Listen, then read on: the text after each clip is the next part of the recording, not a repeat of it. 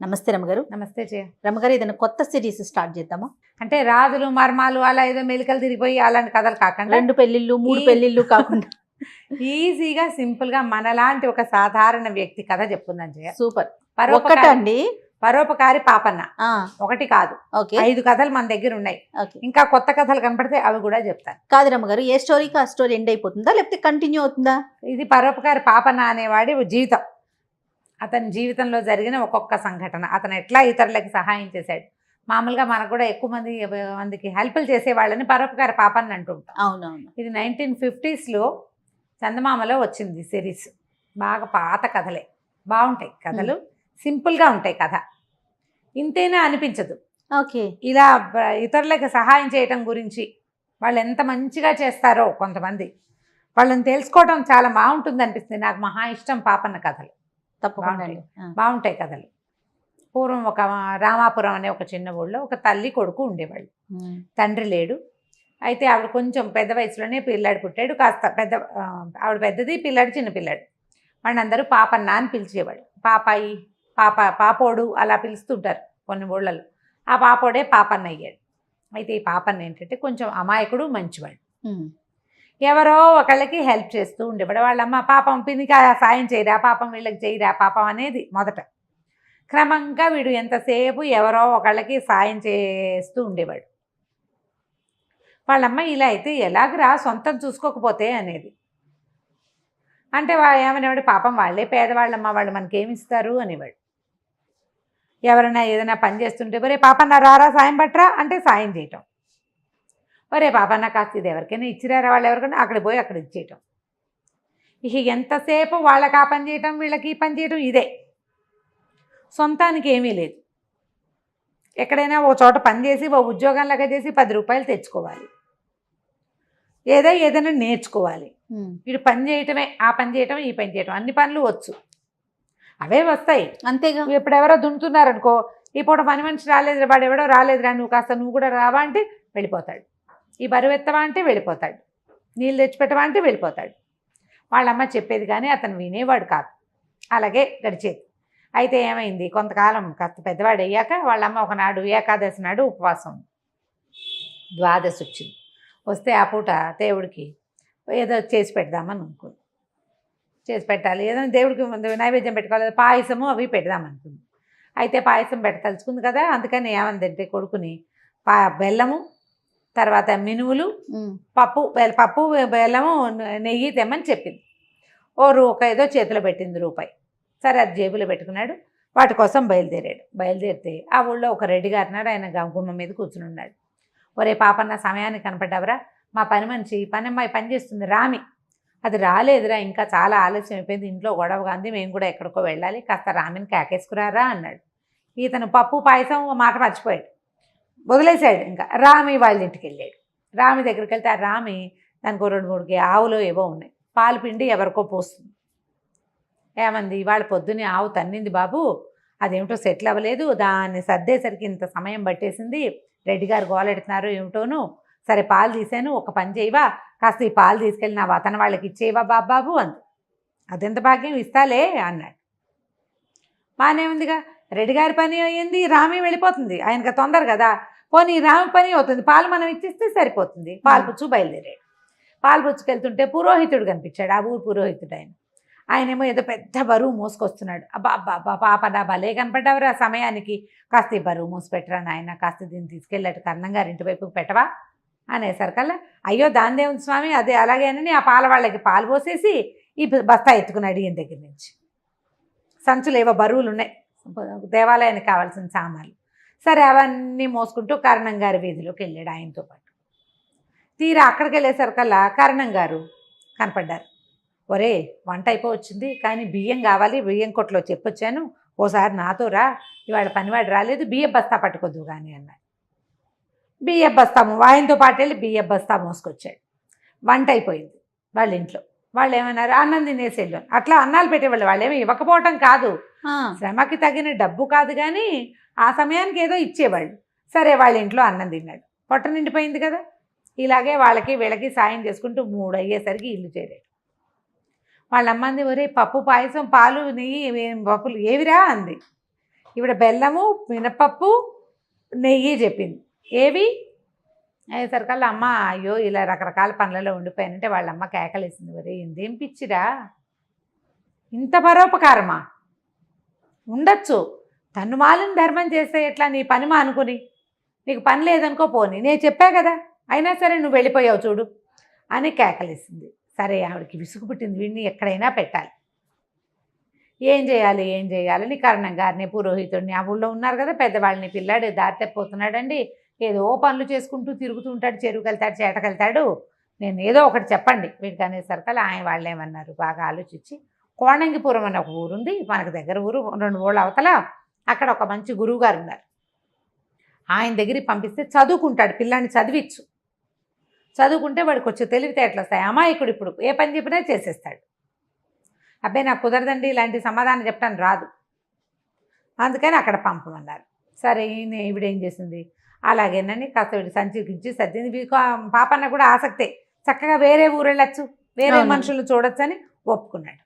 వెంబడి పెట్టు తీసుకెళ్ళి ఏం చేసింది, ఆ కోణంగిపురానికి వెళ్ళారు. ఆ గురువుగారి ఇంట్లో చూసేసరికల్లా గురువుగారు బాగానే ఉంది, అట్లాగేనమ్మా వదిలిపెట్టు చెప్తాలే చదువు అన్నాడు. ఒక్క పూట గడిచేసరికి ఆయనకు అర్థమైంది వీడికి మహాపనుల పిచ్చి, పైగా పరోపకారం పిచ్చి. పరోపకార పుణ్యాయ పాపాయ పరపీడనం అని ఒక శ్లోకం, అది వీడికి కంఠతా వచ్చు.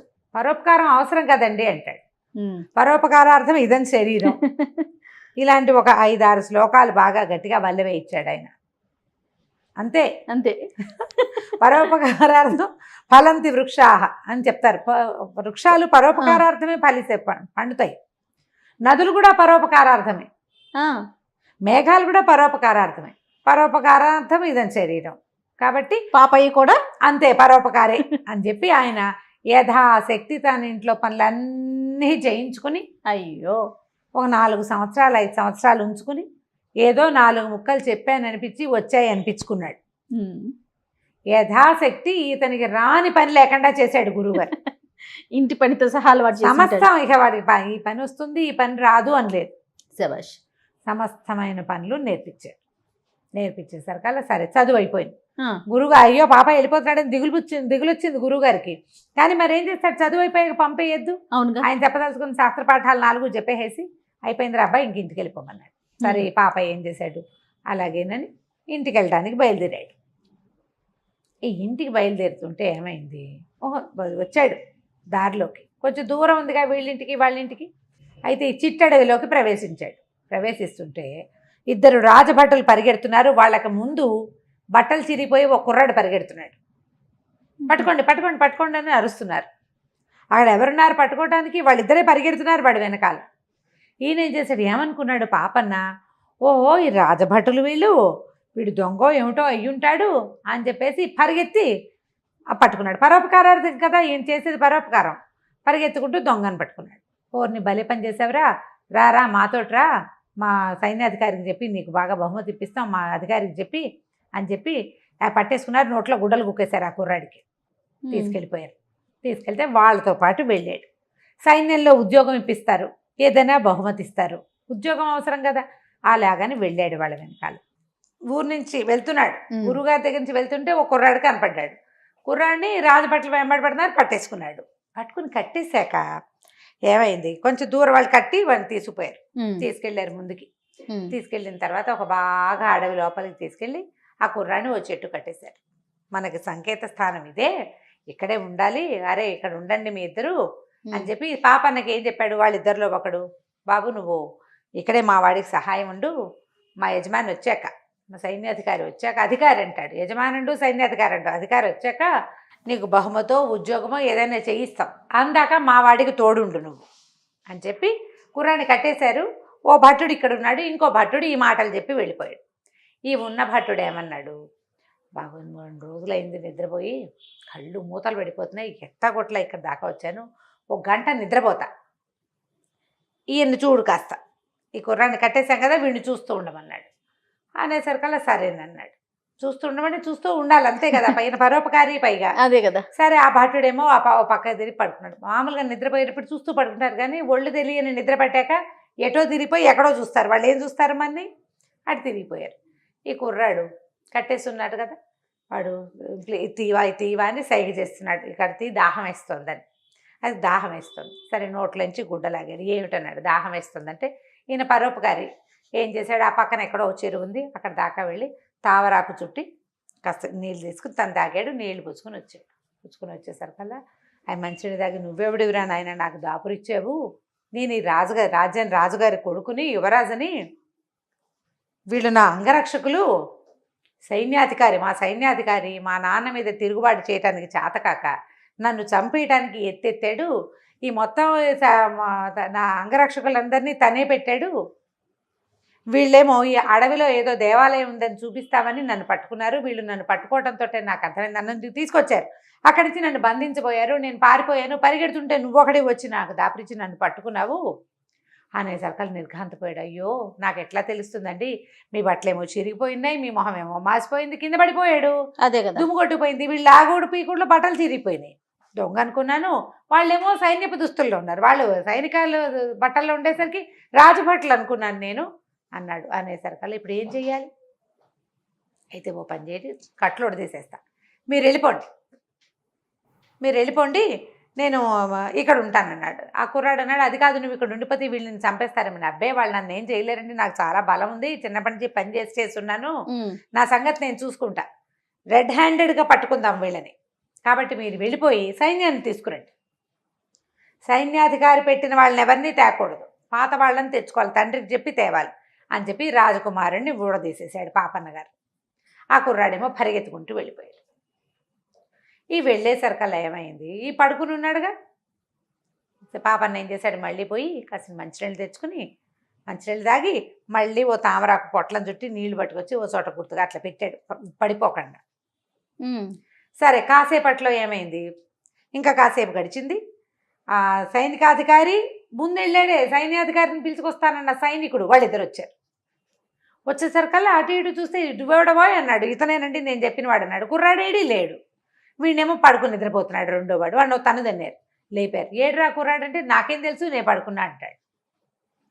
అనేసరికల్లా నాకు తెలియదండి, వీడు లేస్తున్నాడు లేవబోతాడేమో అని మంచినీళ్ళు తెద్దామని దాహం వేసి వెళ్ళాను అంతే, నాకైతే తెలీదు, వీడే పంపేశాడేమో అంటారు వాళ్ళిద్దరు. వాడిని పంపేసేవాడిని అయితే పట్టుకునేందుకు అప్పచెప్తా మీకు, నేనే కదా పట్టుకున్నా, అతను మీ చేతుల నుంచి తప్పించుకున్నాడు, బాగా 4 బారల దూరంలో పరిగెడుతుంటే నేను బలశాలిని ఒక లంఘించి కుర్రాన్ని పట్టుకున్నా, అతనే ఊడదీసేసుకుని ఉండుంటాడు. అప్పుడు ఏమైంది, సైన్యాధికారి రాగానే ఏమన్నాడంటే, అరే ఒక్క వేటికి తెగేసేయండి రా, కట్టేసిన వాడి తల చెరుకోమాన్యం ఇస్తానన్నాడు. వాడి తల తెగిపోవాలి, కట్టేసిన వాడి తల తెగిపోతే ఇద్దరికి చెరుకోమాన్యము ఇస్తాను అన్నాడు. తెగేయటానికి కుర్రాడే లేడు, వీళ్ళు బాధించుకున్నారు. బాధించుకునేసరికల్లా సరే వాడంటాడు, నేనైతే నిద్రపోయాను నాకు తెలీదు, ఇతనేమంటాడు, నాకు తెలీదు, కట్టేస్తున్నప్పుడు నేను ఇక్కడే ఉన్నా, మంచినీళ్ళు రావడానికి వెళ్ళాను, అంతలో ఏమైందో తెలీదు, అతను లేడు, ఇతను నిద్రపోతున్నాడు, వీడే విప్పేసి పడుకున్నాడేమో, నటిస్తున్నాడేమో, కావాలంటే మీరు మాట్లాడుకోండి అన్నాడు. ఇంత సైన్యాధికారి వచ్చిన మొదటి సైనికుడు వెళ్ళిన వాడు ఇద్దరు కలిసి వింటాన్నారు ఇక్కడ ఉన్నవాడిని, వీళ్ళలో వీళ్ళు కొట్లాడుకుంటున్నారు కానీ ఏమీ తెగలేదు. ఇతనేమన్నాడు, మీరు ఏదో బహుమానం ఇస్తామని నన్ను అట్ట పెట్టారు, నా బహుమతి నాకు ఇస్తే నేను వెళ్తానండి అంటాడు. అసలు వాడే లేకపోతే బహుమతి ఎందుకు బహుమతి ఇస్తామన్నారు, వాడిని పట్టుకున్నందుకు. నా సమయం వృధా కదండి, మరి ఇంతసేపు ఇక్కడ ఆపారు అనవసరంగా, ఎంతసేపు ఆగాను, ఒక పూటంతా పోయింది మీకిందే. రాజుగారి దగ్గరికి వెళ్తే కనీసం ఉద్యోగం అన్నా దొరికేది, మీరేదో ఉద్యోగం ఇస్తారు డబ్బిస్తారంటే 2 ఇవ్వలేదు. ఈ డిస్కషన్లో ఎంత టైం గడిచిపోయిందో, అటు ఇటు చూశారు, ఎక్కడా ఏమీ జాడలు లేవు. ఇంతలో ఏమైంది, 4 పక్కల నుంచి సైన్యం కమ్ముకొని పట్టేసుకున్నారు, వీళ్ళని పట్టేశారు. రాజకుమారుడు వచ్చి తీసుకొచ్చేసాడు సైన్యాన్ని. పట్టుకున్నాక రాజుగారి దగ్గరికి తీసుకెళ్ళారు. తీసుకెళ్ళాక ఏమైంది, ఇప్పుడు పాపన్న ఏం సాక్ష్యం చెప్తాడు, అక్కడ ఏం జరిగిందో చెప్పాలి. ముందో కుర్రాడు పరిగెత్తాడు, అతని వెనకాల 2 సైనికులు ఉన్నారు, అతను దొంగ అనుకుని పట్టుకున్నాను, తీరా కట్టేశాక తెలిసింది అతను రాజకుమారుడని. అయితే ఈ సైన్యాధికారి ఏమన్నాడు, కాదు ఎవరో కట్టేశారు, నేను విడుదల చేయడానికి, అబ్బాయి గారిని విడుదల చేయడానికి వచ్చానంటాడు. ఇప్పుడు పాపన్న సాక్ష్యం చెప్పాలి, కాదు సైన్యాధిపతి రాగానే కట్టేసిన వాడిని నరికేయండి, చెరుకోమాన్యం ఇస్తానని అన్నాడు. ఇప్పుడు సైన్యాధికారి కట్టేసింది, ఇద్దరు సైనికులు కట్టేశారు. వాళ్ళిద్దరికి శిక్ష ఇస్తే సరిపోతుంది, సైన్యాధికారి తప్పించుకోవచ్చు. అతని మీద ఎలిగేషన్ ఏం లేదు, అభియోగం లేదు కదా. అభియోగం ఏమిటి? నువ్వు కట్టేసిన వాడిని నరికేస్తే 2 మాన్యాలు ఎందుకు ఇస్తానన్నావు అంటే ఎవడో కట్టేసి ఉన్నాడని, కట్టేసిన వాడు ఫలానా అని నీకు తెలుసు అనమాట అని చిత్రవధ చేశారు అతను. మొత్తానికి అతను బయట పెట్టాడు. రాజకుమారుని సంహరించి ఇది కొట్టేయడానికే ఈ ఎత్తు వేశాను అని. సరే, రాజుగారు చాలా మెచ్చుకున్నాడు. చాలా మంచివాడిపోయి నువ్వు, వాళ్ళకి సహాయం చేసావు, మాకు సహాయం చేసావు. తొలిగా తప్పించుకున్నాడు అనుకో రాజకుమారుడు, మొదటిసారి తప్పించుకుంటే సైన్యాధిపతికైనా దొరికిపోయేవాడు. వాళ్ళు ఏ కత్తో విసిరిస్తే చచ్చేపోయేవాడు. నువ్వు పట్టుకోవటం మాకు మేలే జరిగిందని రాజు చాలా మెచ్చుకున్నాడు. తమ దగ్గర ఉంచుకున్నారు. ఉద్యోగం చేయమన్నారు. ఏదైనా ఉద్యోగం ఇస్తామంటే రాజుగారు అబ్బాయి పాపనే ఉన్నాడు, నేను చదువు అయ్యాక మా ఇంటికి వెళ్ళలేదండి, మా అమ్మని చూసొస్తా, అమ్మని చూసొస్తానంటే వీళ్ళు ఏమన్నారు, పల్లెటూరు వాడు, ఏదో చిన్న బతుకువాడని రాజుగారి అబ్బాయి 1000 మొహరీలు ఇచ్చాడు ఇతనికి. రాజుగారు రాజముద్ర ఉన్న సంచిలో పోసి ఆ సంచిని 1000 రూపాయలు, 1000 మొహరీలు అంటే అంతంత నాణేలు అవి ఇచ్చి చేతిలో పెట్టాడు. జాగ్రత్తగా వెళ్ళు, ఎవరైనా సహాయం ఇమ్మన్నావా అంటే నాకెందుకండి సహాయం, నా దగ్గర ఏముంది, వెయ్యేగా, అంతకైతే వాళ్ళకే ఇచ్చేస్తా అంతే, పర్వాలేదు నేను వెళ్తాను అన్నాడు. రాజకుమారుడు పదే పదే చెప్పాడు, నువ్వు వెళ్ళాక మీ అమ్మకి అప్పులు సప్పులు ఉంటే అవి తీర్చి మీ అమ్మని తీసుకుని రా, మా దగ్గరే ఉద్యోగం చేద్దు కానీ, నా దగ్గరే ఉందు కానీ అని పదే పదే చెప్పాడు. సరేనన్నాడు. సరే, ఆ మొహరీలు సంచి పుచ్చుకుని కొంచెం ఏదో 1-2 బట్టలు ఏమున్నాయి అతని దగ్గర, 2 పూటలు అక్కడే హాయిగా గడిపి తర్వాత ఊరు బయలుదేరాడు. వెళ్తున్నాడు. ఊరు వెళ్తుంటే ఏం కనపడింది, ఒక దూరంగా ఒక చెట్టు మీద, ఒక చెట్టు దగ్గర ఒకడెవడో తాడేసి కడుతున్నాడు. తాడు ఎందుకు వేస్తున్నారు అని ఆలోచించాడు. సాధారణంగా తాళ్ళు అవి ఎవరు కడతారు, ఉయ్యాలలు అవి కట్టుకుంటారు, ఏదైనా వస్తువులు వెళ్ళాడేస్తారు, ఉట్లు కడతారు. ఇది నట్టడవి, పిట్ట సంచారం లేదు. అయ్యో వీడెవడో ఊరు పోసుకుంటున్నాడు ఏమిటోనని పరిగెత్తుకుంటూ వెళ్ళాడు. ఆగాగు, చచ్చిపోవద్దు చచ్చిపోవద్దు, ఉండు ఉండు ఉండని పరిగెత్తేసరికల్లా తీరా ఒక దౌర్భాగ్యుడు ఎవడో అక్కడ ఊరి పోసుకుంటున్నాడు.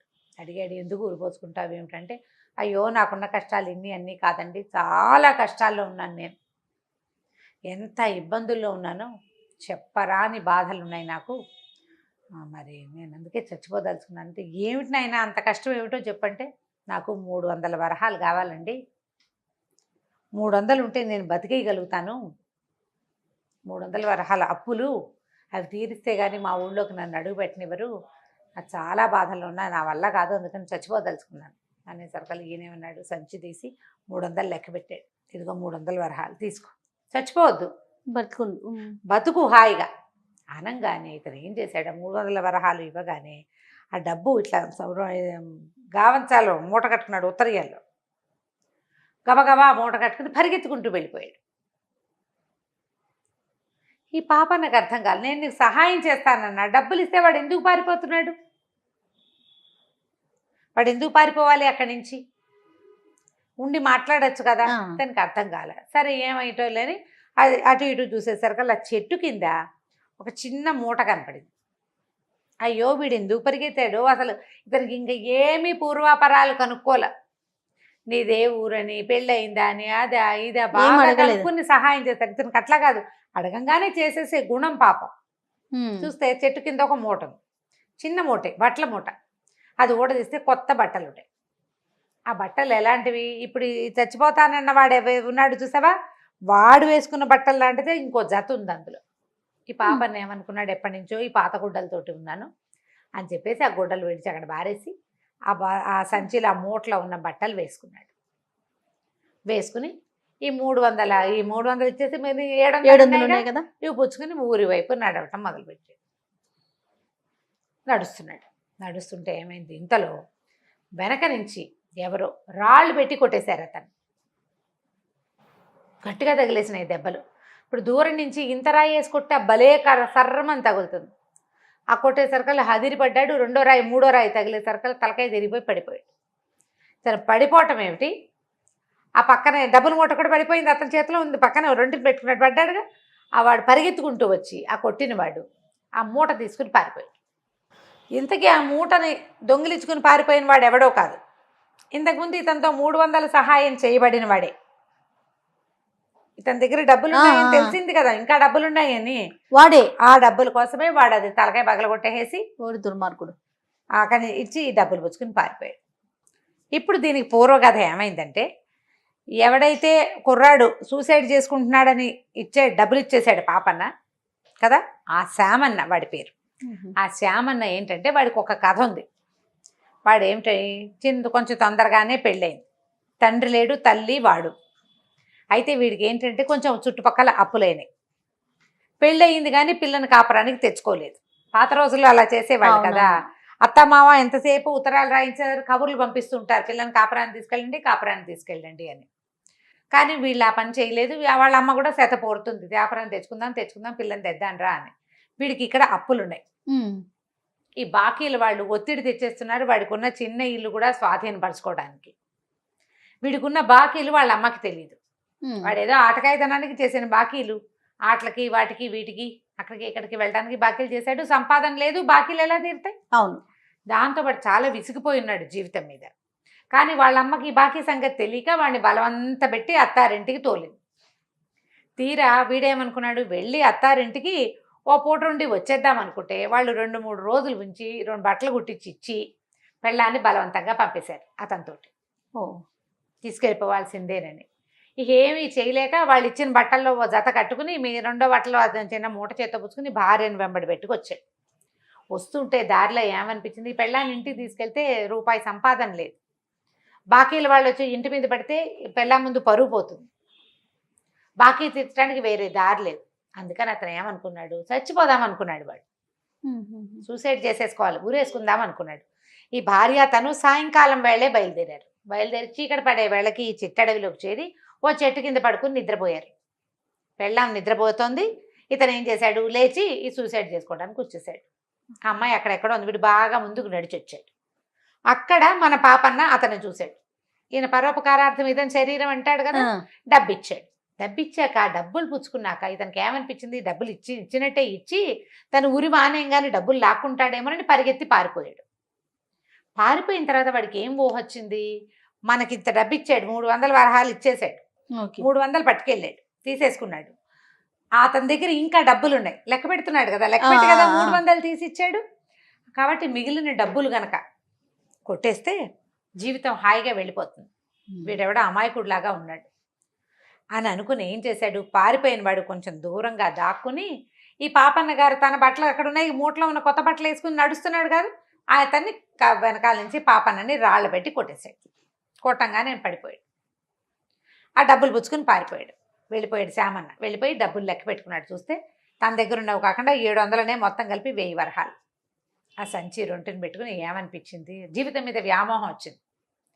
చచ్చిపోక్కర్లేదు, అప్పులు తీరిపోతాయి, చక్కగా పెళ్ళానికి నగ నట్రా కొనుక్కుని ఓ ఇల్లు వాకిలి కొంచెం పెద్దగా కొనుక్కుని 4 చూసుకుని భార్యని తీసుకెళ్ళచ్చు కాపురానికి అనుకున్నాడు. కాకపోతే పెళ్ళాన్ని ఇక్కడ వదిలిపెట్టాడు. అడవిలో పడుకుంది కదా అమ్మాయి, ఏముంది అటు ఇటు చూసి ఇంటికి నడిచి వెళ్ళిపోతుంది. వాళ్ళ ఇంటి నుంచే కదా వచ్చావు, ఏమవుతుందిలే, ఇది ఇక్కడ ఏమైనా అయిపోతుందేమో, పులుస్తుందేమో, సింహం వస్తుందేమో, అలా భావించారేమో, అవన్నీ ఊహించకుండా పెళ్ళాం అత్తారింటికి తిరిగి వెళ్ళిపోతుంది అనుకుని అట్టించి అట్టే నడుచుకుంటూ పోయాడు. వాడు వెళ్ళిపోయి ఏం చేశాడు, ఆ పట్టణంలోకి ప్రవేశించాడు. ఇది ఏ పట్టణం, పాపన్న గారు రాజకుమారుణ్ణి కాపాడి అక్కడి నుంచి తిరిగి వస్తున్న పట్టణం. ఓహో, ఏ పట్టణం నుంచి అతను తిరిగి వచ్చాడో అదే పట్టణంకి వెళ్ళాడు. వెళ్ళి ఏం చేశాడు, నగలు బేరం ఆడడం కోసం బంగారపు కొట్టులోకి వెళ్ళాడు. బంగారపు కొట్టు అయినా చూస్తే వీడు సామాన్యంగా ఉన్నాడు, సింపుల్ బట్టలే, పల్లెటూరు వాడు కనపడుతోంది. కానీ వీడి దగ్గర ఉన్న సంచి మీద రాచముద్ర ఉంది. డబ్బుల సంచికి, రాజుగారు ఇచ్చిన డబ్బుల సంచికి ఒక ప్రత్యేకమైన ముద్రలు ఉంటాయి. ఆ ముద్ర చూసేసరికి డౌట్ వచ్చింది, వీడెవడికో ఎట్లా వస్తుంది ఈ సంచి, పైగా రాజుగారి సంచి అంటూ ఒకటి ఎవరింటికైనా వస్తే వాళ్ళు అందులో ఏమైనా బియ్యపిండి పోసి శనగపిండి పోసి ఎవరికి ఇవ్వరు, అది అర్థాత్పరంగా దాచుకుంటారు. దాంతో ఇతను ఏం చేశాడు, రక్షక భట్లకు కబురు చేశాడు, నా దగ్గరికి నగలు కొనడానికి వచ్చిన ఒకటి దగ్గర రాజముద్ర ఉన్నటువంటి డబ్బుల సంచి ఉంది అని. వాళ్ళు వచ్చి సైనికులు వీడిని పట్టుకున్నారు. పట్టుకోగానే ఈ సంచితో సహా తీసుకుపోయారు రాజుగారి దగ్గరికి. రాజుగారు పరిశీలించి చూశాడు, అది ఏమిటి, నిన్న సాయంత్రం మనం పాపన్నకి ఇచ్చిన సంచి, 1000 వరహాలు ఇచ్చాం, లెక్కెట్టారు, 1000 వరహాలు ఉన్నాయి. ఈ శ్యామన్నకి 1 రూపాయి ఖర్చు పెట్టే అవకాశం కూడా రాలా అందులో. తొలుత 300 తీసుకున్నాడు, తర్వాత మొత్తం సంచి లాక్కున్నాడు. ఏం చేసుకుంటాడు, రూపాయలు కొనాలి ఏదైనా, బంగారపు కొట్టుకు వెళ్ళాడు తొలిగా, అక్కడ దొరికిపోయాడు. లెక్క పెట్టంగానే రాజుగారు అడిగారు, ఈ సంచి నీ దగ్గరికి ఎక్కడ వచ్చిందంటే ముందు నాదేనన్నాడు. తర్వాత భటులను చూసి భయపడి, అబ్బే కాదండి ఎవరో ఒక ధర్మాత్ముడు దానం చేశాడు. దానం చేస్తే ఎట్లా దానం చేస్తాడు, సరే ఏ ఊరు నీది అంటే వీడు తన సొంత ఊరు పేరు చెప్పకుండా వేరే ఊరు చెప్పాడు. నీకు దానం చేసిన ఆయన నీకు ఎక్కడ దానం చేశాడు అంటే ఎక్కడ దానం చేశాడో చెప్పాలా, వేరే చోట పేరు చెప్పాడు. పాపన్న ఎక్కడికి వెళ్ళాడు, తన ఊరు వెళ్ళాడు. ఆ ఊరికి వెళ్ళే దారి రూట్లో ఏమేమి ఊళ్ళు వస్తాయి, ఆ ఊళ్ళల్లో వీడు చెప్పిన పేరు లేదు. ఇదేమో పాపన్నకి ఇచ్చిన సంచి. దాంతో వీడు అబద్ధాలన్నా చెప్తూ ఉండాలి. ఎవరో ధర్మాత్ముడు దానం చేస్తే 100 ఇస్తాడు, 50 ఇస్తాడు, 10 ఇస్తాడు, మొత్తం ఎందుకు 1000 వరహాలు ఇచ్చేస్తాడు. సరే ఆ సంచి దగ్గర పెట్టుకున్నారు. వరే వీడిని కొట్ల పడేంట్రా, పాపన్న ఊరు వెళ్ళాడో లేదో కనుక్కోండి అని జనాల్ని పంపించారు. పాపన్న వాళ్ళ ఊరు అన్ని వివరాలు వీళ్ళ దగ్గర ఉన్నాయి, చెప్పాడు కదా వాళ్ళకి. సరే ఇంతలో ఏమైంది, ఈ కథ ఇలా వెళ్ళిపోయింది. ఈ అడవిలో పాపన్న పడిపోయాడు. ఈ పాపన్న దగ్గరికి ఎవరు వచ్చారు, ఎవరో ఒకళ్ళు రావాలి, మనుషులు చూడాలి కదా పడిపోయిన వాడిని. ఆ దారి పెద్దగా జనాలు తిరిగే దారి కాదు. కాకపోతే శ్యామన్న భార్య గదిలో అక్కడ పడుకుంది అడవిలో. ఆ అమ్మాయి నిద్ర లేచి చూసింది, మొగుడు అటు ఇటు ఎక్కడా కనపడలేదు. సరే ఏమనుకుంది, అయ్యో ఏమిటి ఏమైపోయింది అని అనుకుని వెనక్కి వెళ్తే పుట్టింటికి వెళ్ళిపోవచ్చు. ఆ పిల్ల ఇప్పటికి 5-6 సంవత్సరాలుగా అత్తారింటికి వెళ్ళిపోవాలని తహతహలాడిపోతాం. ఒకవేళ పొరపాటున తను ఏదో నడుచుకుంటూ వెళ్ళిపోయాడేమో, లేపైనా ఏటైనా వెళ్ళినా తన ఇంటికే కదా చేరతాడు. అందుకని అత్తారింటికే దారి వెతుకుతూ అయినా ఎవరో ఒకళ్ళని అడిగైనా, అన్ని ముందు అడవి దాటితే ఏదో ఊరు రాదు, ఊర్లో ఒక దారి అడిగి వెళ్ళొచ్చు. అందుకని ముందుకే దారి తీసి, ఈ ముందుకు తీసిన దారి ఎటు, ఎక్కడైతే శ్యామన్న పాపన్నని కొట్టిపడేశాడో అక్కడ. ఆమె దూరం నుంచి నడిచిస్తుంటే చూస్తే ఎవరో మనిషి బోర్లా పడి ఉన్నట్టు కనపడుతున్నాడు. ఆ బట్టలు అమ్మాయికి తెలుసు, భర్తకి కుట్టించారు నాన్న. 2 చొక్కాలు 2 ధోవతలు కొన్నాడు. గుర్తుపట్టింది చొక్కాలు. అమ్మో నామగుడే పడిపోయాడని పరిగెత్తుకుంటూ వచ్చింది. ఆ పిల్ల పెళ్ళి 8-9 సంవత్సరాలు అయింది. ఆ పెళ్ళికి దానికి ఒక 10 ఏళ్ళు లేదా 9 ఏళ్ళు. ఈ భర్తని అప్పుడు చూసిందే లేదు, పెళ్ళి అయింది అంతే. ఇవి వచ్చాక కూడా కాపురానికి పంపించేటప్పుడు వీళ్ళు అవి ఇవి చేశారు. మొగుడు వైపు చూస్తే అందరు చుట్టుపక్కల నవ్వుతారు. సిగ్గుబడి ఎప్పుడు బాగా మొగుడిని పరకాయించి వాడు ఎంత పొడుగు ఎంత ఎత్తు సరిగ్గా తెలియదు అమ్మాయికి. బట్టలు తెలుసు, ఆ బట్టల్లోనే ఒకడిక్కడ పడిపోయి ఉన్నాడు. చూసి కంగారు పడింది. ఏం చేసింది, చేతిలో ఏవో అవి ఇవి ఉన్నాయి, బట్టలు తెచ్చుకుందిగా, చిన్న మూట ఉంది ఆ అమ్మాయికి. అటు ఇటు చూస్తే సరే ఆ పవతలు ఎక్కడో నీళ్లున్నాయి, గబాలను కాసిన నీళ్లు బట్ట తడిపి పట్టుకొచ్చి మొహం మీద నీళ్లు జల్లి లేవదీసింది. లేవదీసేసరికల్లా ఈ లేవదీసింది ఎవరో అనుకుంటాడు, ఆయనకేం తెలుసు. అయ్యో ఇట పడిపడి అతను లేవదీసి లేచి కూర్చునేసరికల్లా సిగ్గుపడి దూరంగా నుంచుంది. పోయి మొగుడికి దగ్గరికి వెళ్తాం అమ్మాయికి అలవాట్లేదు, దూరంగా నుంచునేసరికల్లా లేచి చూసుకున్నాడు. చూస్తే తల వెనకాల బొప్పి కట్టింది. అబ్బో బొప్పి గట్టిగా కట్టిందని, ఎవరు నీళ్లు చల్లిందని చూస్తున్నాడు. అమ్మాయి నువ్వేనా నీళ్లు చల్లిందంటే తలకాయ భూమిలో పాతేసి అవునది. మొహం చూపించట్లా, సిగ్గుపడుతుంది అనమాట. అమ్మాయికి సిగ్గు ఎక్కువ. అక్కడి నుంచి ఏమన్నాడు, ఈ కొట్టిన వాడు ఎవడో నా సంచి పట్టుకుపోయినట్టున్నాడు అని చెప్పి చూసుకున్నాడు. సంచి లేదు. ఈ పిల్లకి గుర్తేమిటి, బట్టలు మాత్రమే. సరే అక్కడి నుంచి లేచి నడవటం మొదలుపెట్టాడు. ఈ అమ్మాయి మొగుడే కదా, ఆయన వెనకాలే నడవటం మొదలుపెట్టింది. 1 నిమిషం అయ్యాక చూసుకున్నాడు. ఎవరమ్మా, ఏమిటి, నీకేమైనా అవసరమా, ఇక్కడ ఒకదాన్ని ఎందుకున్నావు ఏమిటి అని అడిగాడు. అమ్మాయి తెలిపోయింది. ఏమిటి ఇలా అడుగుతున్నాడు, మొగుడు ఇలా అడుగుతున్నాడు ఏమిటి అనుకుని, ఈ తగిలిన దెబ్బకి వీడికి మతిపోయి ఉంటుంది.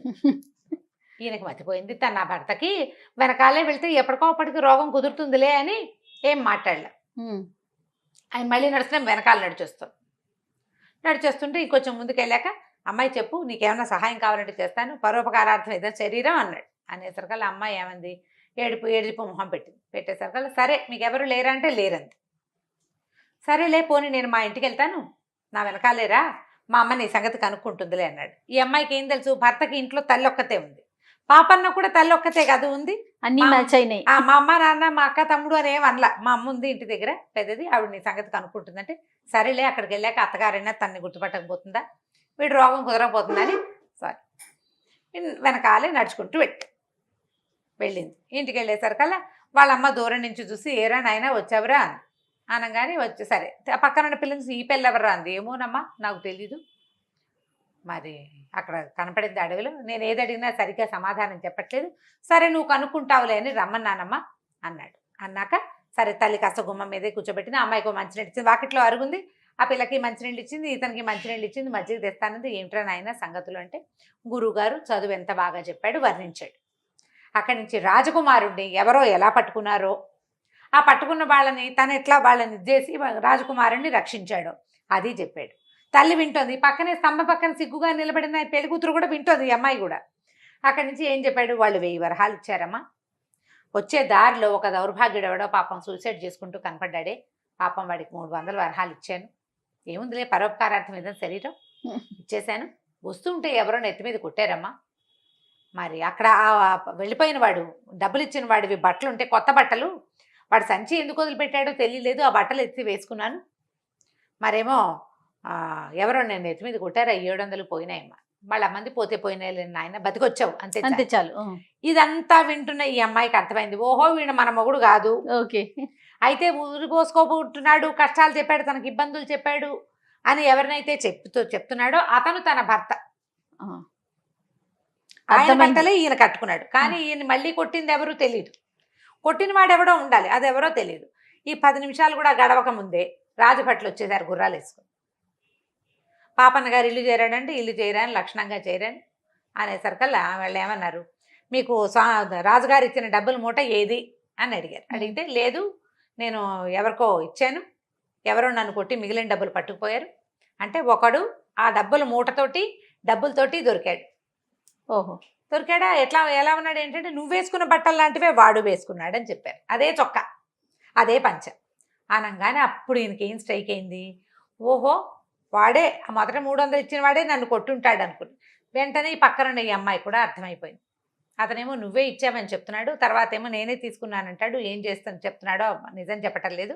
అందుకని రాజుగారు వాడిని ఖైదు చేయించారు, నేను తీసుకురమ్మన్నారు. అనగానే ఇతను అమ్మాయి పద్మ వచ్చి, ఆ పిల్ల పేరు పద్మ, వచ్చి కాళ్ళు పట్టుకుంది, అయ్యా నా భర్తను రక్షించండి, నన్ను కాపురాన్ని తీసుకెళ్ళమని మా అమ్మ నాన్న చాలా బలవంత పెట్టారు, అక్కడ ఏమి చెప్పలేక తీసుకొచ్చాడు, మీ పెళ్ళాన్ని నాతో కాపురానికి మా ఇల్లు వాకిలి సరిపెట్టడం కోసమే ఇంత పని చేస్తుంటాడు, రక్షించండి మమ్మల్ని అని కాళ్ళు పట్టుకునేసరికల్లా సరే అమ్మాయి ఇక్కడ ఉండు, నేను వీళ్ళతో వెళ్ళొస్తానని వెళ్ళేసరికల్లా అక్కడ ఒప్పుకున్నాడు, నేనే ఇచ్చాను, పోనీలేండి పాపం పెళ్ళాం కూడా ఉంది, వాళ్ళు బతకద్దు, వాడు ఏవో కష్టాల్లో ఉన్నాడు అని డబ్బులు ఇచ్చేయటానికి ఒప్పుకున్నాడు.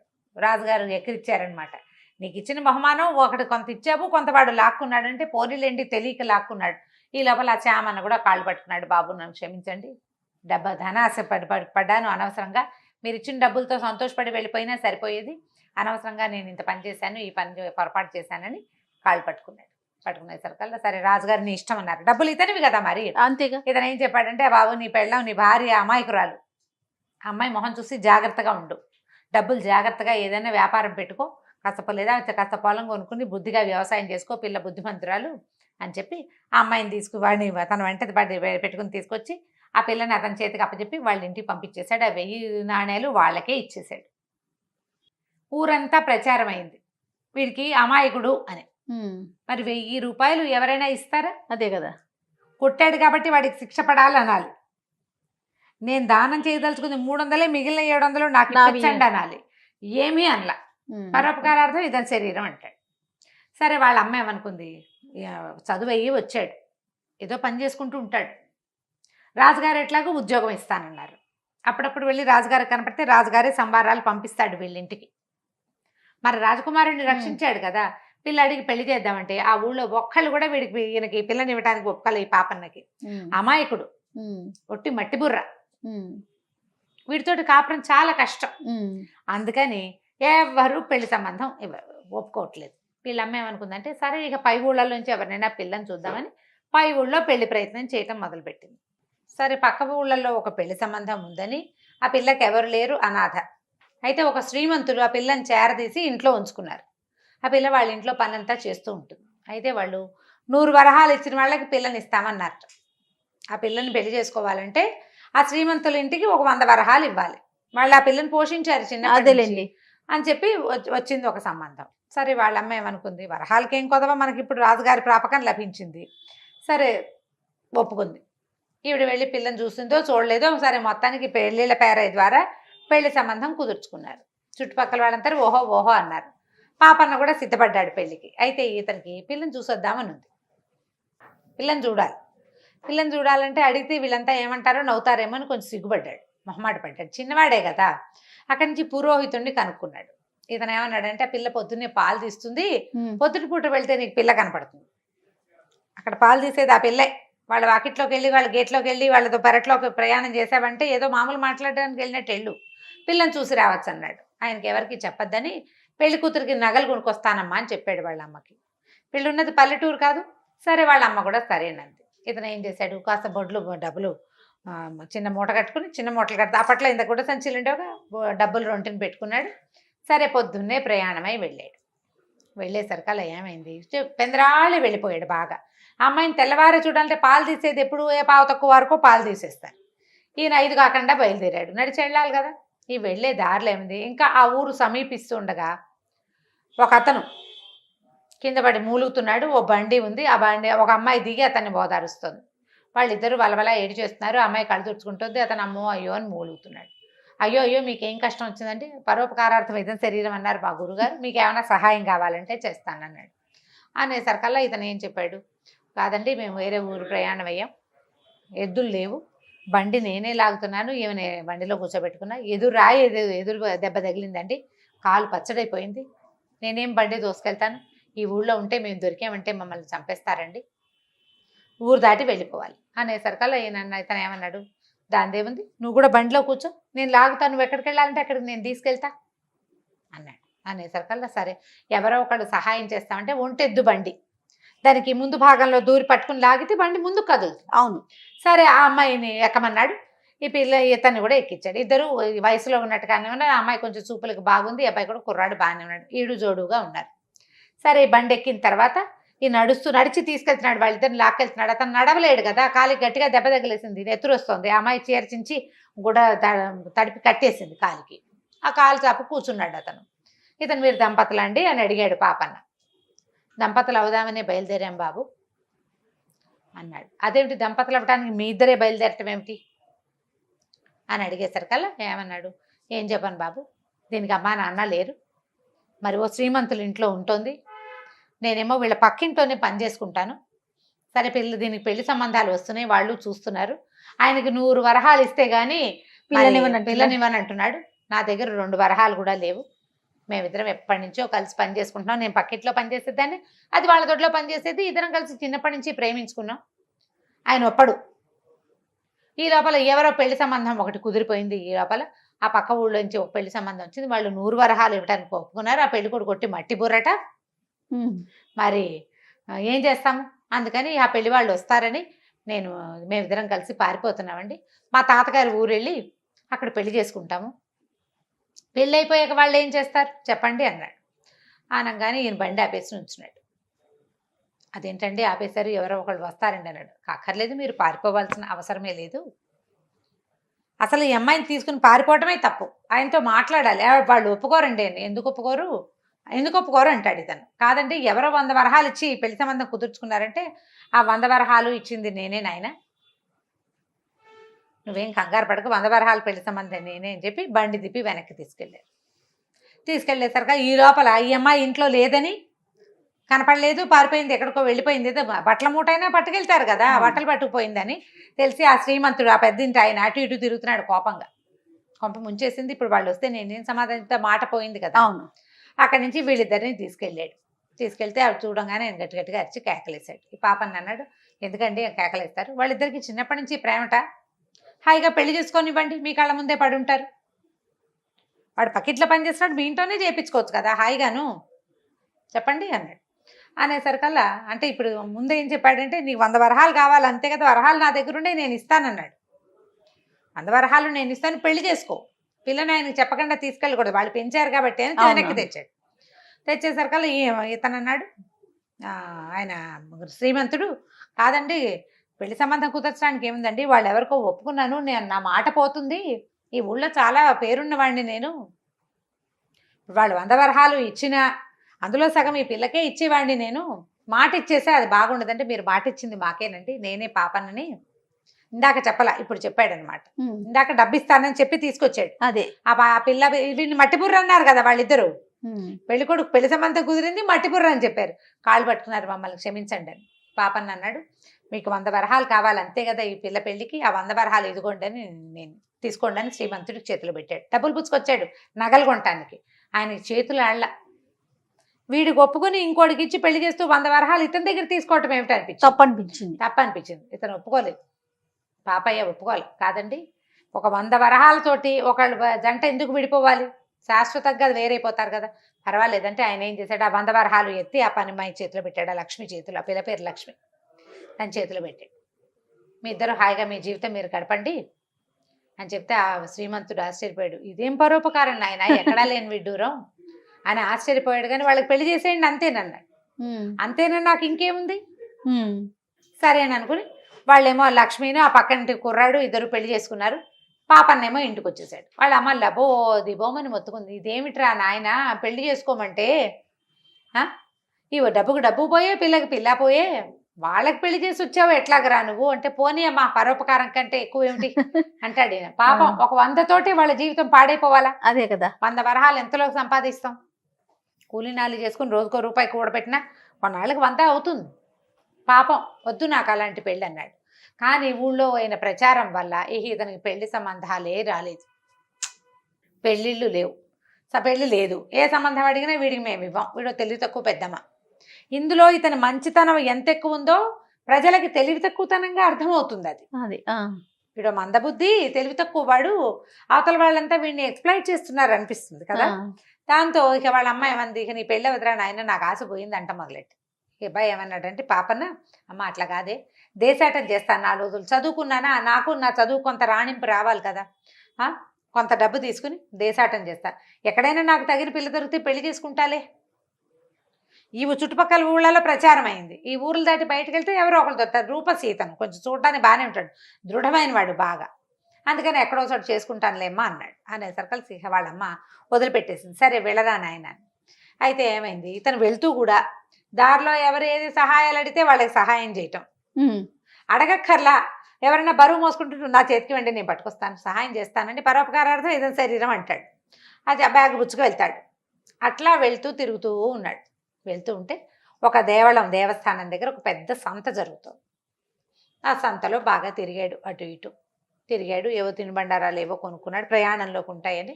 అయితే ఏమైంది, ఓ కొట్టు దగ్గర కాస్త చెరుకు రసం బండి ఏదో ఉంటే చెరుకు రసం తాగుతూ కూర్చున్నాడు. ఒక ముసలాయన చాలా బరువైన సంచిని మోయలేక మోస్తున్నాడు. మోస్తుంటే ఏమన్నాడు, అయ్యా ఇంత పెద్దవారు ఎందుకంటే ఈ సంచులు మోస్తున్నారు, ఎవరో మగపిల్లలు లేరు మీ ఇంట్లో అన్నాడు. ఎక్కడైనా మగపిల్లలు, ఎప్పుడో మా కొడుకు పోయాడు, నాకున్నదల్లా ఒక కోడలు మనవరాలు, ఆడాళ్ళు ఏమొస్తారని నేనే సామాన్లకి సంతలకి వాటికి వస్తాను, బళ్ళు గిళ్ళు ఏమి లేవు నాయన, ఏదో ఇల్లు వాకిలి ఉన్నాయి కానీ అన్నాడు. అనగానే అబ్బాయి ఇతను ఏమన్నాడు, పాపన్న ఆ సంచి నాకు ఇవ్వండి, మీ ఇంటి దాకా తెచ్చి పెడతాను అని చెప్పేసి, ఇతను మంచి బలశాలి కదా, ఆ మూట ఎత్తి భుజానేసుకున్నాడు. ఆయన సరే కొంచెం కుర్రాడు బాగున్నాడు, ఏదో మాట మంతి ఆడుతూ ఇంటి దాకా తీసుకుపోయాడు. సరే కొంచెం చీకటి పడ్డ కాస్త వెలుగుండగానే ఇంటికి వెళ్ళారు. సరే లోపల నుంచి మంచినీళ్ళు తీసుకొచ్చారు, ఇచ్చారు. సరే వేరే ఊరు వెళ్ళాలి, ఇంకో ఊరు వెళ్ళాలి, అక్కడి నుంచి ప్రయాణం చేయాలి కదా, కొత్త ఊళ్ళు చూడాలి అతను. అనేసరికల్లా ఆయన ఏమన్నాడు, బాబు ఈ రాత్రికి ఉండి అన్నం తిని పడుకోబోయి రేపు పొద్దునే వెళ్తూ కానీ, అక్కడేం వలసిన పని లేకపోతే అక్కడేం పని పాట ఏముంది, తిరగడానికే కదా, దేశాటనే కదా చేయబోతోంది, ఇక్కడే అన్నం తిని పడుకోమన్నాడు. పడుకోమనేసరికల్లా సరే ఇతను ఏం చేశాడు, వాళ్ళ ఇంట్లో అన్నం తిన్నాడు, వాకిట్లో అరుగు మీద పై పంచ పరుచుకొని పడుకున్నాడు.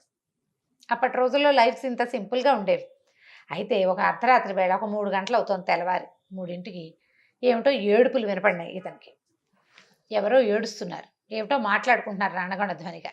లేచి వెళ్ళి చూస్తే ఎక్కడ ఇది, వాకిట్లు కొంచెం నడవ వాకిల్లాగా ఉంది, ఓ ఇల్లు, ఇంటికి అరుగుంది, వెనకాల పెరట్లోంచి మాటలు వినపడుతున్నాయి. అర్ధరాత్రి 3ంటికి పెరట్లో ఏం మాటలు వినపడాలి.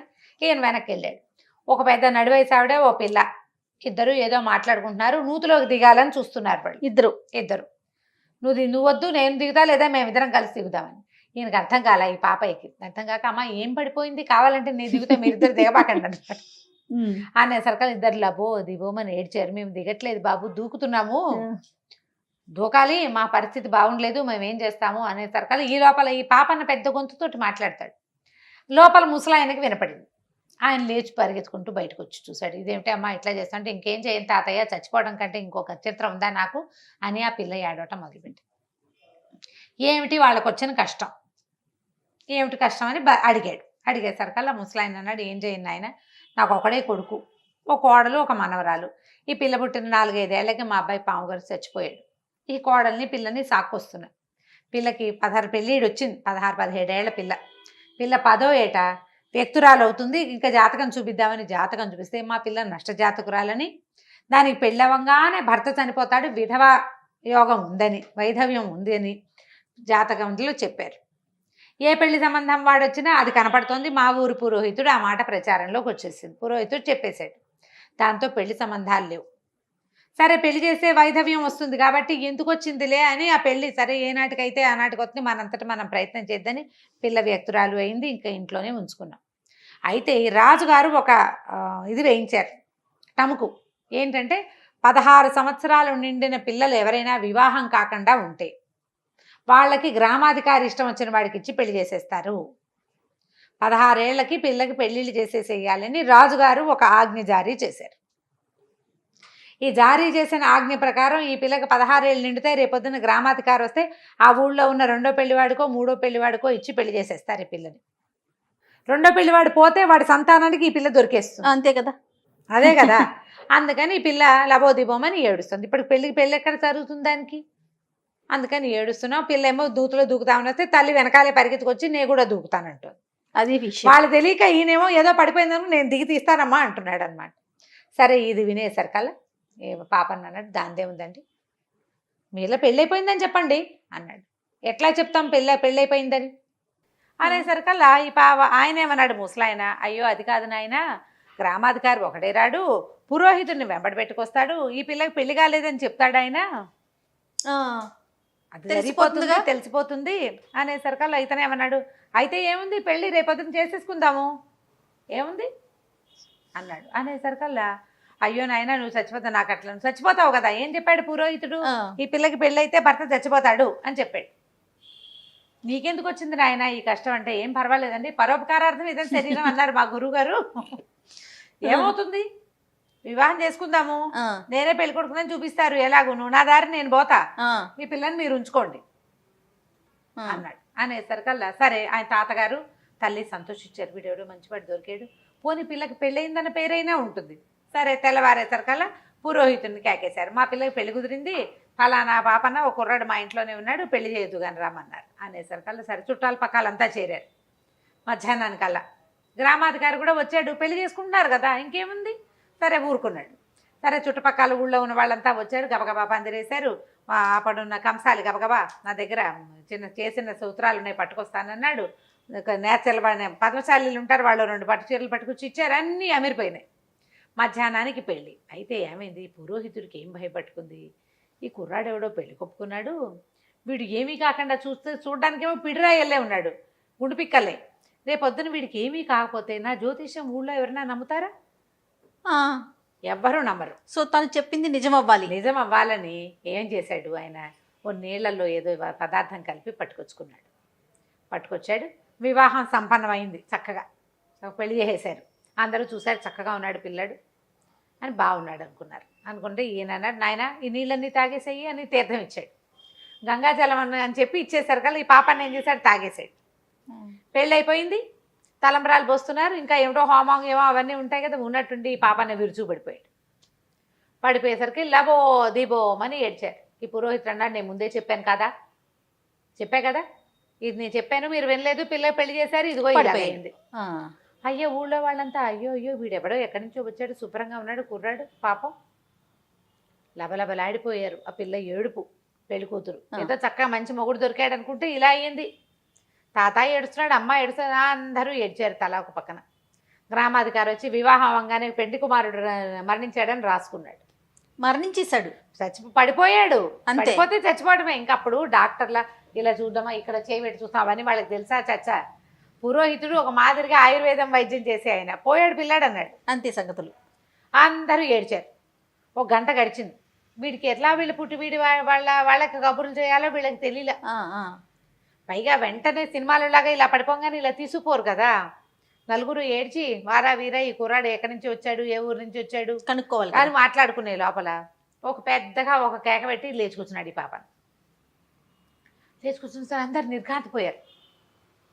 ఏమిటి ఎట్లా పడిపోయాడు, ఎందుకు లేచి కూర్చున్నాడు అని. ఇతను ఏమన్నాడు, ఏమిటో మంచినీళ్ళు ఇచ్చారు పురోహితుడు, తాగిన తర్వాతే నాకు కొంచెం తిక్కగా అనిపించింది, నేను నా తల తిరిగి పడిపోయాను అన్నాడు. అనేసరికల్లా జనాలంతా చేరారు. ఏమిచ్చావు చెప్పు నువ్వని. ఈ పురోహితుడు వెంటనే తిరుక్కున్నాడు. వీడు దుంపదగ్గ వీడు గట్టి పిండాం, బలశాలి, విషం కల్పించినా వాడు చచ్చిపోలేదు. స్పృహ తప్పిపోతే తీసుకెళ్ళి తగలేస్తే అయిపోయేది. వీడు స్పృహ తప్పినా కాసేపట్లో తేరుకున్నాడు. 2 గంటల్లో లేచి కూర్చున్నాడు. వాడు చాలా కాలం గురువు దగ్గర ఉన్నాడా, అన్ని ఆకులు అలమలు అన్ని తిని గట్టిగా తయారయ్యాడు అతను. పురోహితుడు వెంటనే తేరుకుని నేనే కల్పించాను ఈ పిల్లాడికి అన్నాడు. ఎందుకుట, ఇప్పుడు అమ్మాయి జాతకంలో దోషం ఉంది, భర్త మరణించాలి. పిల్లాడి జాతకం నేను గుణించా వాడు చెప్పిన ప్రకారం. వీడికి దీర్ఘాయుష్యు. అందుకని వీడి మీద నుంచి ఈ నింద పోవటం కోసం, అంటే ఏమనాలి దాన్ని, కీడు తొలగిపోవటానికి కాసేపు పిల్లాడు చచ్చిపోయాడు అనుకుని మీరంతా ఏడ్చారనుకో అయిపోతుంది. అందుకని ఈ పని చేశాను అన్నాడు. అనేసరికి జనాలు నమ్మారు. మరి పురోహితుడు ఏ చెప్పినా నమ్మేసే రోజులు పాపం అవి. ఎవరు చెప్పినా పురోహితుడు అనకూడదు. ఎవరు చెప్పినా పురోహితుడు ఏమనుకున్నాడంటే కనీసం ఇలా మాట తప్పించుకునైనా తన మాట నిలబెట్టుకోగలడు, లేకపోతే ఆ ఊళ్ళో ఎవరో అతని మాట నమ్మరు రేపొద్దున. అవునవును, ఆ ఇబ్బంది ఉంది కదా. సరే అక్కడి నుంచి తర్వాత పెళ్లి తర్వాత చేయవలసిన కార్యక్రమాలన్నీ చేసి 10 రోజులు వాళ్ళ ఇంట్లోనే ఉండి తర్వాత తన భార్య మీనాక్షిని తీసుకుని ఇంటికి వెళ్ళిపోయాడు. వాళ్ళు కూడా సంతోషించారు. ఆ తర్వాత మామగారు లేరుగా, అత్తగారు తాత వాళ్ళు కూడా ఈ ఊరికి రాకపోక చేస్తూ ఉండేవారు. మీనాక్షి ఆ పెళ్లి కూతురు పేరు. ఆ మీనాక్షిని తీసుకుని ఇంటికి తీసుకుపోయాడు పాపన్న. ఆవిడకి ఇంటికి వెళ్ళాక అమ్మాయికి తెలిసింది. ఇప్పుడు తనని రాత్రి మన ఇంట్లో వాకిట్లో పడుకుని నేను చేసుకున్నానని చెప్పండి, కావాలంటే నేను చేసుకుంటాను, చస్తే చచ్చాను అన్నాడు. ఏమన్నాడు, పోతే పోతానులేండి, బతుకుంటే నా దారి నేను పోతాను లేదని అన్నాడు. ఇంత మంచివాడు, తనకు దొరికినందుకు అమ్మాయి సంతోషించింది. కానీ ఆ ఊరు వెళ్ళాక అమ్మాయికి ఏం తెలిసిందంటే వీడందరికీ పరోపకారమే చేస్తాడు. కానీ వాడి ఆ పరోపకార బుద్ధి తన జీవితాన్ని నిలబెట్టింది, సంతోషించింది, తనకు లైఫ్ ఇచ్చింది కదా అదే. అందుకని అక్కడి నుంచి ఆయన ఏ పరోపకారం చేసినా అమ్మాయి కాదనేది కాదు. సరిపోయింది. ఏమని చేసినా సరే, ఎవరి దగ్గరికి వెళ్ళినా ఎవరికి ఏమైనా ఇచ్చినా పోనీ పరోపకారార్థం ఇదని శరీరం అని ఆయన మొదలెట్టిన శ్లోకం ఇవిడు పూర్తి చేసేది. అట్లా వాళ్ళిద్దరు ఇలసాటు లేని జంటలాగా హాయిగా చాలా కాలం పాటు ఉన్నారు. పాపన్న చదువు పేరుతోటి ఈ చిన్న సిరీస్. ఈయన పెళ్ళైపోయింది కదా, తర్వాత పాపన్న పెద్దవాడైపోయాక ఉండే కథలు, మళ్ళీ పరోపకారి పాపన్న కథలు పేరుతోటి ఇంకొక సిరీస్ వస్తుంది. ఇక్కడికి పరోపకారి పాపన్న చదువు సిరీస్ పూర్తయిపోయింది. మళ్ళీ తర్వాత ఆయన ఎట్లాంటివి చేశాడు అవి మళ్ళీ పెరిగినా కూడా ఇదే తంతారమ్మ గారు. అతని పద్ధతి అది, హెల్ప్ చేస్తాడు అంతే. విచిత్రంగా జయ ఇట్లా సొంతం చూసుకోకుండా చేసేవాళ్ళు ఎదురు దెబ్బ తిన్నా దాన్ని దెబ్బగా భావించరండి. భగవంతుడు కూడా వాళ్ళకి సరిగ్గా టర్న్ చేస్తాడు, వాళ్ళ మీదకి వచ్చిన విషయాన్ని కూడా సరి చేసేస్తాడు. అవునవును, ప్రకృతి చేస్తుంది చూడు ఆ పని. కనిపిస్తారంటారా రమ్మగారు ఈ కాలంలో మనకి? ఉన్నారంటారా? ఉన్నారు. తను మాలిన ధర్మం మొదలు చెడ్డ బేరం అని ముందే మానేస్తాం. చాలా మంది మానేస్తారు. కానీ ఇప్పటికీ హెల్ప్ చేసేవాళ్ళు, ఇతరుల కష్ట నష్టాలని పట్టించుకునేవాళ్ళు వాళ్ళు లేకపోతే ఈ భూమి ఇలా ఉండేది కాదు, ఆకాశం పైన ఉండేది కాదు. జయ ఉంటారు ఖచ్చితంగా. ఆకాశానికి పందిరి గుంజలు అవి లేకపోతే ప్రపంచం ఇట్లా నడవదు. ఎవరో ఒకళ్ళు ఇప్పుడు అందరికీ పరోపకారం కాకుండా కొందరికి చేసే వాళ్ళు ఉన్నా చాలుగా. ఒక విషయానికి చేసినా చాలు, అప్పట్లాగా కాకుండా. అప్పట్లాగా ఇప్పుడు ఈయన అన్నిటికీ పిడుక్కి బియ్యానికి ఒకే మంత్రం కింద అన్నిటికీ పరోపకారం అయ్యింది. అవునవును. కొన్ని విషయాల్లో నేను నా ఉద్యోగం నేను చేసుకుంటాను, నా పని నేను చేసుకుంటాను, నా పనిలో ఇంకోటి భాగస్వామ్యం ఇవ్వను, కానీ నేను రోజుకో 100 రూపాయలు దానం చేస్తా అంటే కూడా పరోపకారమే. అలాంటి వాళ్ళు ఉన్నారు కాబట్టి ఇంకా భూమి నడుస్తోంది. అవునమ్మ, మొన్నటికి మొన్న కూడా మనం చూసాం చూడండి ఈ సిచ్యువేషన్ లో ఎంతంత హెల్ప్లు చేశారు జయ. అసలు తనను మించి చేసిన వాళ్ళు చాలా మంది రోజు అన్నం వండి పెట్టిన వాళ్ళు, దారిపోతున్న వాళ్ళకి ప్రతిరోజు బాక్సులు కట్టించి ఇచ్చిన వాళ్ళు, ఎక్కడెక్కడెక్కడి నుంచో డబ్బులు తెప్పించి అవును దానం చేసిన వాళ్ళు. అవును, ఈ దారిలో వీళ్ళకి ఆ డబ్బు అవసరం కాబట్టి వాళ్ళ దారిలోనే ప్రజలు నడిచెళ్తుంటే వాళ్ళకి డబ్బులు పంపించిన వాళ్ళు. పాత ఫ్రెండ్షిప్ని ఇంతకుముందు మనకి ఎప్పుడో సహాయం చేసిన ఆటో డ్రైవర్లకి సహాయం ఏం చేస్తారు ఆటో డ్రైవర్లు? అవును, వాళ్ళు మనతో ప్రయాణం చేస్తారు, వాళ్ళకి డబ్బులు ఇచ్చిన వాళ్ళు కూడా మనం ఎంతమందిని చూసాం. మరి వాళ్ళంతా ఉన్నారు కాబట్టి ఇవాళ రోజు ఇలా ఉంది. ఖచ్చితంగా రమ్మగారు. కానీ ఈ లక్షణాన్ని అలవర్చుకోవటం ఎంతకైనా సరే, అంటే పూర్తిగా మీరు అన్నట్లు పాపన్నలాగా చేయలేకపోయినా మనకి తోచినంత మనం చేసుకుంటూ చేయగలిగినంత సహాయం, మనకి ఇబ్బంది లేనంత మటుకు చేసినా కూడా మంచిదే. అంతే. నమస్తే. నమస్తే.